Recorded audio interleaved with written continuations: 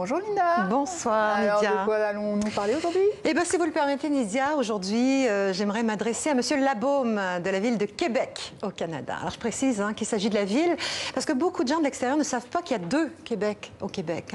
On va régler ça une bonne fois pour toutes. Là. Il y a la province de Québec et puis il y a la ville de Québec qui est la capitale de la province. Québec est donc une ville parlementaire avec une assemblée des députés et tout ça. Donc, Monsieur Labaume habite dans cette ville de Québec. Enfin, j'imagine qu'il y vit puisqu'il est le maire de la ville.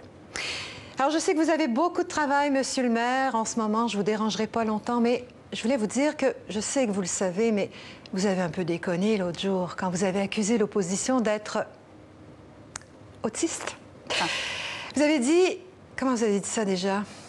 Ah oui, vous étiez à l'hôtel de ville avec des journalistes et vous critiquiez une déclaration de vos adversaires politiques. Vous avez dit, ça fait 10 fois qu'on le dit, mais visiblement, ils sont autistes.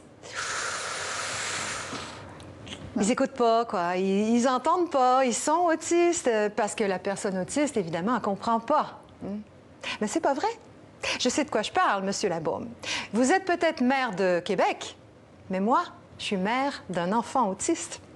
Et je peux vous assurer, vous vérifierez que les personnes autistes entendent très bien. Elles n'ont aucun problème d'audition. Elles écoutent aussi, plus même que les non-autistes, parce qu'elles ont souvent une grande capacité à se concentrer. Donc, il ne faut pas utiliser n'importe quel mot sans savoir de quoi on parle. Vous auriez pu dire, ça fait 10 fois qu'on le dit, mais visiblement, ils sont de mauvaise foi. Ou bien, visiblement, ils sont malhonnêtes, ou visiblement, ils le font exprès de ne pas comprendre, ou bien, je sais pas moi, ils sont bornés. Vous voyez, c'est simple, il y en a plein des expressions possibles. C'est fou, ce travers qu'on a de se servir du handicap comme d'une insulte. À l'école, quand j'étais petite, il y avait la classe des orthos, ceux qui avaient des difficultés. Du coup, quand on voulait insulter quelqu'un, on le traitait d'ortho. Laisse tomber, c'est un ortho. Comme on dit en France, laisse tomber, c'est un segpa. Après, on a dit un mongolien. Le gogol, le triso, l'attardé, l'arriéré, le débile, quoi. On dirait qu'on a peur de dire les vrais mots et qu'on se cache derrière l'image du handicap, de la personne handicapée. Il faut être courageux, stupide, niaiseux, imbécile, sans dessin, ignorant, bête, taubé, tiens, comme disent les jeunes.